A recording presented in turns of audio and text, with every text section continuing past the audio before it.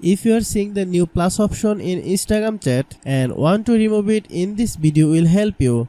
Many people are getting confused because when they open Instagram chat, the camera open quickly and photos or videos can be uploaded instantly by mistake.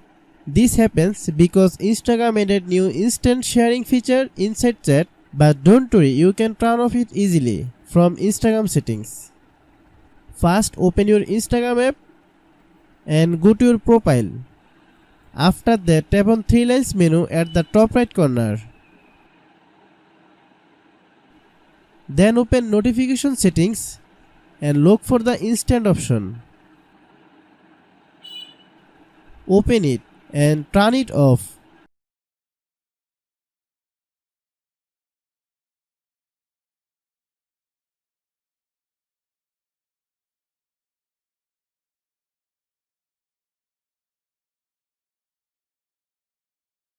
After doing this, go back again.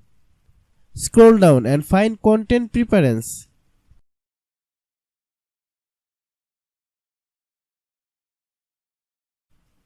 Open it and look for the option called Hide Instant Inbox.